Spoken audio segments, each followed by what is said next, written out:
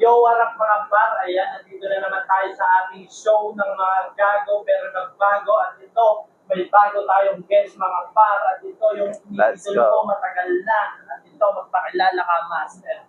Bale, ako nga pala si Poly Tattoo. Isa pa. Okay, okay lang. Kakat mo naman yun, no? Ah, Okay, naka-record na yan. So, ako nga pala si Poly ng Sticky Moth.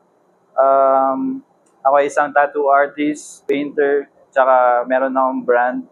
So, yun, salamat sa pag-invite mo sa akin dito sa yes, shop mo. master, alam mo namang kay tagal na kitang master at sobrang salamat dahil pumayag ka na maimbitahan kita dito sa aking Twisty kalokohang vlog at yan. Pwede pa namin ikaw ma-interview Yes, sa sir. mga Yes, sir. buhay-buhay mo at sobrang nakikita ko na yung improvement ng buhay-buhay natin dyan.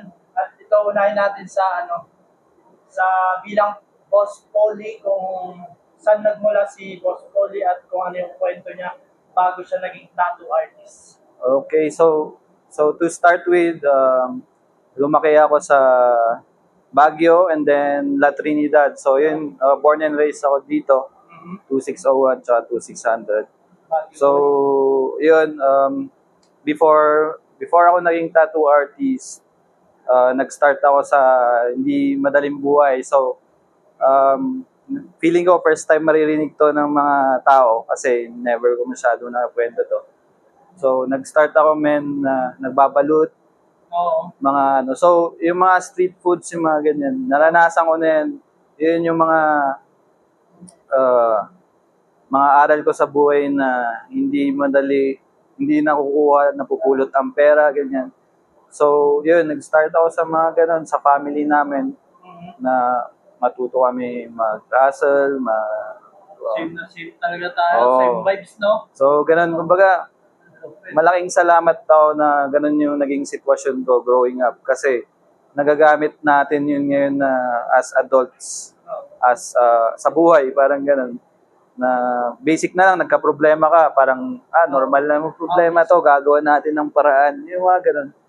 So, yun, dun yung parang isang reason kung bakit nila nakikita yung drive ko ngayon na bakit ang sipag mo, ba't ang dami mong ginagawa, ganyan. Magpahinga ka naman. Alam mo, nasasabi rin nila yun sa'yo, for sure. So yun, before mag-tattoo, yan, na-start. Kaya nagkaroon ako ng brand. Naisip ko na hindi lang siya negosyo eh. Parang part siya ng buhay ko na yung sa art, na-apply mo yung art sa clothing, sa community. So yun, before yung tattoo, nagkaroon yung mga ganyan. Eh, nakilala ko kayo sa tattoo industry. Yun na, sa tattoo. So yun, Boys D-Bone. Magandang shop, di ba? Yeah. Bali yan, yung topic natin yun sa tattoo boss. Boss master. Bali yung topic natin dyan sa tattoo. Ilang years ka na nagtatattoo ulit, master? Sa pagkakaalam ko, nasa 12 to 13 years. Hindi ko na maalala kung ano talaga yung ano eh. So more than a decade. And still, malawak pa rin yung kailangan nating intindihin. Oh. So, yun, sa ganung taon. So ano yung sa tagal mong nagtatato, ano yung pinaka nakakatawang pangyayari sa pagtatato mo, sa buong pagtatato mo? Kung nag-gets mo yung tanong mo. Ano yung naalala mong Siguro, ito, common to sa sa lahat ng mga artists. Yung wig ba? Ang pinakakatawa na ako na-experience, kasi first time na na-experience. Lahat tayo siguro na-experience ng biglang hinimatay na kliyente. Ay, oo. So, Ilang beses. imagine mo, newbie ka that time. Oo. Tapos, Hindi ba alam gagawin? akala mo mamamatay yung kliyente mo. So, parang tinatatuan mong ganyan. Tapos, tinatingin na sa akin na ganyan. Tapos, namumutla na siya. Sabi ko, patay tayo dyan. Baka may mamatay sa shop ko. Parang gano'n. Tapos, Sa akin yung ganun experience sa akin dati. Binuhusan ko na malamig na. So, yun. Ako dati ka, nagising na akin. Grabe yun. So, ang nakakatawa doon, akala ko mamamatay. Kaya parang nagpapanik ako. First time mo na-experience. So, parang bumagsak siya dun sa tattoo bed. Tapos yung kasama ko si Trino, shoutout sa'yo. Kasama ko siya sa shop dati. So, parang drama yung nangyari kasi, uy, wag kang mawawala, gumagano Wala pa. na lang ng direct. Oo, parang ganyan nangyari. Tapos, gusto namin magkano ng ambulance. Tapos, after nun, okay lang pala siya. Tapos sabi ko, kinabahan, oh, Ay, yung God. puyat lang siguro, no? Kuya, tsaka mga pasaway, hindi natutulog. Oo. Ano masasabi mo sa kanila? Yung mga pasaway nagpapatato ng Okay. gusto minsan full sleep pa kahit walang pahinga eh. Oh, so, Diba? eto, huwag kayong matigas. Oo. Mismo. Kumbaga, sundin nyo rin yung mga advices ng artist nyo kasi minsan kayo rin yung kawawa, maglalagnating kayo, magkakasakit kayo. Pero sino ang sisisihin nyo? Diba? Siyempre, yung gumawa ng tattoo. Mismo. So, kailangan mainig kayo kay Quiz Dibon kung may mga sila. Mga importante yan, mas lalo sa health. Oo. Kung ka magpupuyat, yung mga ganun na basic yan. Chat nyo na lang si Quiz Dibon. Chat nyo din yung master ko kung Yeah, yeah. kailangan siya. Things to do. Iba naman tayong kwento. Kasi nakikita ko yung sticky note mo, napaka-solid. Alam mo Sticky naman, yung mga sticky note mo na brand, kumuha din ako niyan. Talagang suporta rin ako talaga sa sticky Salamat, note. man. So, gusto nyo mag-avail, pwede nyo i-check yung mga design nila sa kanilang page. At Thank makikita you nyo agad. doon yung mga design nila. Ayan, bali, tatanungin natin siya kung paano ba nagsimula yung sticky note ni Boss Paulie natin. Ayan, paano ba Okay. nagsimula yun? So, ito. Since matagal na yung brand na ilang years, parang ang pinaka, talaga niyan, ang tawag dito, ang pinaka origin niyan is, ang sticky mat talaga, stencil solution siya. Lupit na. So, yun yung pinakauna kung bakit may sticky mat. Kasi meron na akong timpla ng way back years ago. May brand ka dati. Alam niya ng mga ibang artist na na-experience nila yan. Hinahanap nila ngayon. Pero yun, sticky mat kasi sticky, pandikit. Tapos yung mat, yun yung parang ginagamit ko na logo nun. So, sticky mat, pandikit. So, sticky kasi siya talaga, para siyang sticker. Hindi ko So, pala may- na-try yun, no? Pero soon. Maglalabas ka na. Pero yan, kumbaga, pagkatapos nun, maganda yung review. Tapos, yung mga followers, mga nagsusuporta sa akin, maglabas ka ng t-shirt, ganyan. Mismo. Maglabas ako ng t-shirt. Mamaya, ang dami na nilang nire-request. So, parang sabi ko, why not gawin ko na lang siyang all around. Kumbaga, gawin ko na siyang exactly na brand for maging creative ako dun sa bagay na yun. Besides sa negosyo. So, yun, meron pa rin principle yun na passion over profit. Siyempre, magpa-profit ka sa negosyo. Pero iba pa rin yung principle na may passion ka May passion ka. and then the profit comes after. So, yun. Mahal mo yung ginagawa mo. Kaya yun, tuloy-tuloy na siya, mga t-shirts, may perfume, meron na tayong... Iba-iba na yung brand. Anong mga next na abangan nila? Sticky note. So siguro sa next, meron tayong prepare na event sa November. So ano siya? Kailan yun? Sa November Hindi. dito. Dito. So hindi ko pa pwedeng sabihin yung mismong Surprise place. yan, Pero meron na tayong date, November sa katapusan. Coffee? Hindi siya kompi. Ano siya? Parang sticky mat event Okay. with the artist naman sa music industry. Nice. So, Sabay mo na coffee. ang maliit kasi yung parang Hindi, yung ginawa mo kasi limited laki. Hindi, limited lang na So, yun, ang mayari kasi doon, rap ink. So, may mga artist din na magtatattoo doon for for promotion, promote natin yung mga artist na bigyan natin ng chance na ma-expose kasi nabigay na sa atin yung chance before.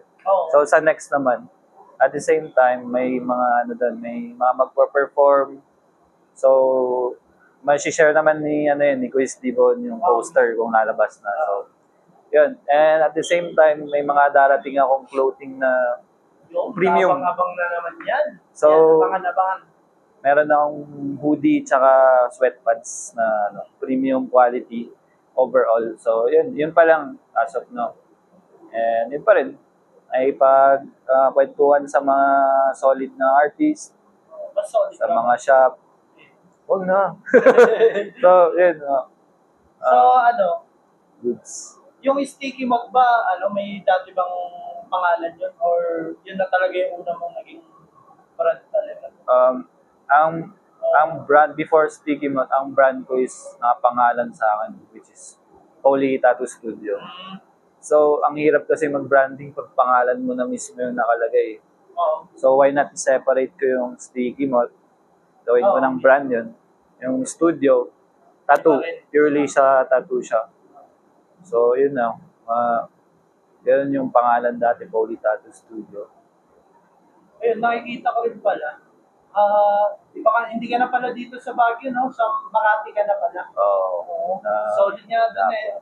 Paano yung kamusta yung mga eksena doon at mga kaganapan? Sa Makati. Oo, kung ano yung... So, bale, based ako ngayon sa Makati Poblacion, Don Pedro Street. So, andun kasi, ang mga ganap doon, nightlife. So, makikita mo yung mga artista doon, naglalakad lang, sila James Reid. So, kumbaga, yun yung spot somewhere na mag-i-spend ka ng time for the night hanggang madaling araw. So, yun, kaya ako doon kasi may na-meet akong friend na taga Cebu, na malaki yung vision. Ang pangalan niya, Boots Brandon. Shoutout kay Boots Brandon. Siya yung owner ng tattoo shop na Redeemed Tattoo Manila. So, meron siyang branch sa Cebu. Ang dami niya na rin branch, no? So, actually, dalawa yung pinaka-solid pa lang. So, ngayon, parang make sure niya na solid na mga system. Meron kami mga front desk, ganyan. Pero aside that, sa Manila, mga ganap is napagawa ko ng connections sa mga ibang tao. Yung mga solid na artist din, men. Sobrang humble sila, Aldrin Ace. Yung mga yan, parang muntikan ko nang maka-work. So ako, na taga Baguio, syempre, mga idol din yung mga andun. Tapos nakasabayan ko. So, ang nangyari sa akin doon, yung lawak ng isip doon, parang ang dami ko pa palang kailangan matutunan. So, nakaka-humble siya na lumabas outside sa Baguio.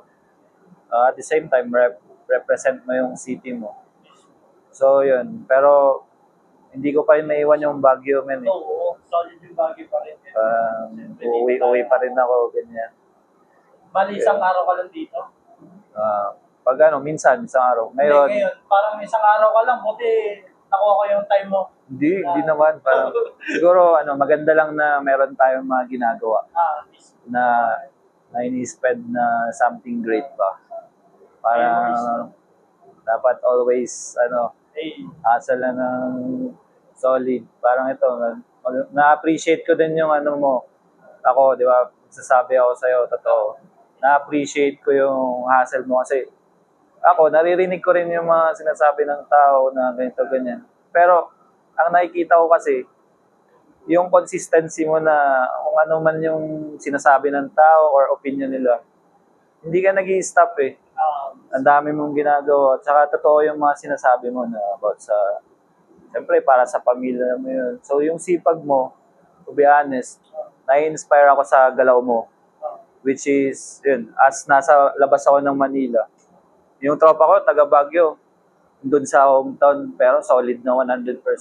How much more ako na lumabas? Kailangan, dapat rin, culture natin sa Baguio City yun. So, yun yung key na pagkakaisa na ma-inspire tayo sa isa't isa as artist.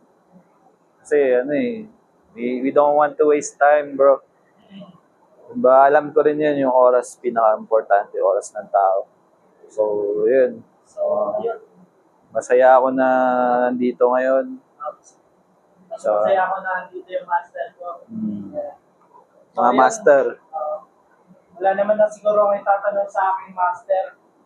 Siguro, mapa-shoutout na lang natin si master natin bago magtapos tong show natin, mga sir. Ayan. Mga shoutout, mga tropa, ganyan, mga brands. So, syempre, shoutout sa Sticky Mouth Official sa Instagram. Meron akong account doon. Doon ako active. Sa Facebook naman is Sticky Mouth.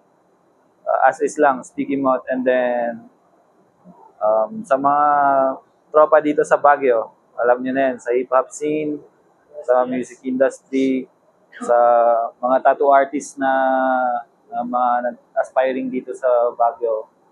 And first of all, salamat kay GOD, kay God, na siya nagbibigay ng biyaya. So, yan, hindi ko na papatagalin. Salamat sa full-time hustle, Quiz D-Bone. Alam niyo na walang iba. Yes, sir. That's right. So, yun mga par. Ayan, magpapaalam na ulit tayo mga par. At kung gusto nyo ng mga ganitong interview, pwede kayo mag-mention sa ating ginawang show. And maraming salamat po. Thank you.